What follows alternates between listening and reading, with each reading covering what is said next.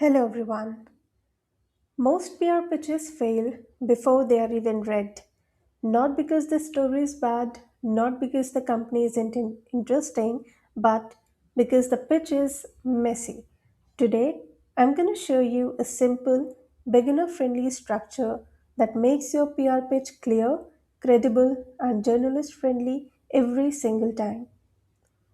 Here's why the structure of your pitch matters. Journalists receive like dozens and sometimes hundreds of pitches per day. They don't have time to decode what the story is or why the story matters or what you want from them. A strong PR pitch does three things quickly: makes the story obvious, makes the relevance clear, makes the next step easy. So, if you structure your PR pitch well, you make the job of the journalist easier, and that dramatically increases your chances of coverage. Let's understand a beginner friendly PR pitch structure. I call this six step PR pitch template. So, step one is your subject line, which is also the gatekeeper. This is actually the most important line in your entire pitch. If it doesn't spark curiosity or signal relevance, your email won't even be opened.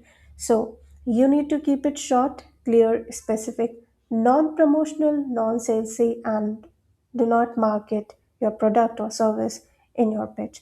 For example, you can maybe say that new data shows 42% of founders fear burnout in 2026, or something like why remote work policies are quietly changing again.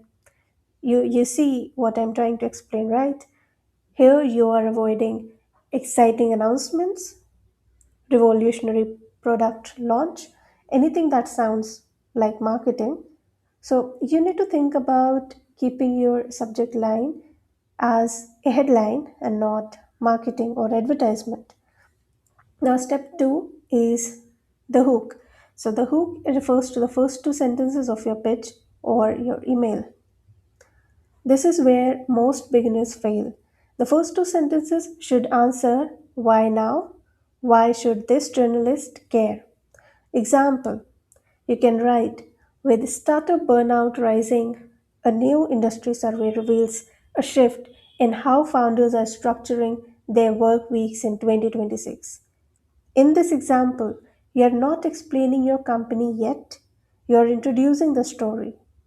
Now let's talk about step three, which is the core story. It is somewhere between 3 to 5 sentences in your email.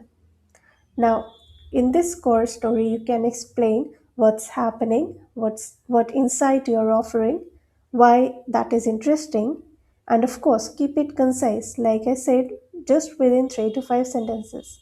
You can structure it like this. You can first provide context, then insight, and then end it with supporting detail.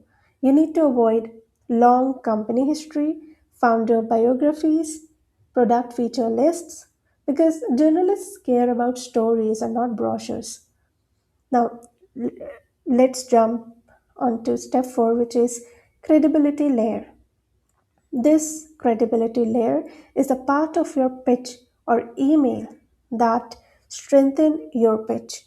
You need to add in this credibility layer, you can add data, trend insight, expert quote, industry comparison.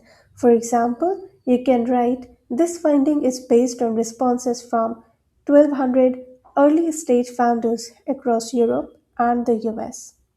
Now, you are turning credibility into opinion and into news. So, actually, here you are providing a credible source or a credible proof with data and survey. Step 5 is offering value. Now, you need to make it easy for the journalist where you are offering them to interview with founder, exclusive data, commentary, case study access. For example, you can say the founder is available for interview this week. to discuss the long term implications for startup culture. So you need to keep it simple. And then the last but the most important um, step is step six, which is clear closing. End politely and directly. For example, you can say, would this be of interest for your upcoming coverage on startup trends? And you need to make sure that you do not end this portion by saying something like, let me know your thoughts, or overly pushy language.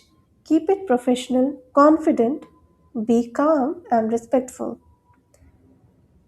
Then I also want to show you a full beginner template that you can refer to while drafting a pitch or the email yourself. So here's the example of good versus bad PR pitches. You can see the bad pitch example is like exciting announcement, and this is whole of a marketing and talking about their own experiences. Also, you're ending this with let me know your thoughts, which shows a lack of confidence and uh, a not something that an expert would mention. So let me give you the example of a good pitch or good PR pitch. Uh, you see the subject line over here is clear and timely. So you are mentioning the time period if there is any, and then it's very direct, it's very clear.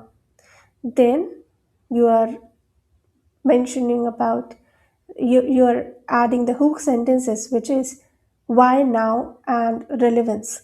Then you are providing core story, which is 3 to 5 sentences, which talks about why, what's happening, and the insight.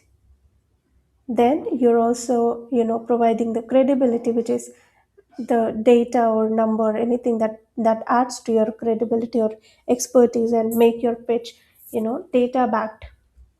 Then you also are offering something which is interview access asset, anything else that the journalist would want.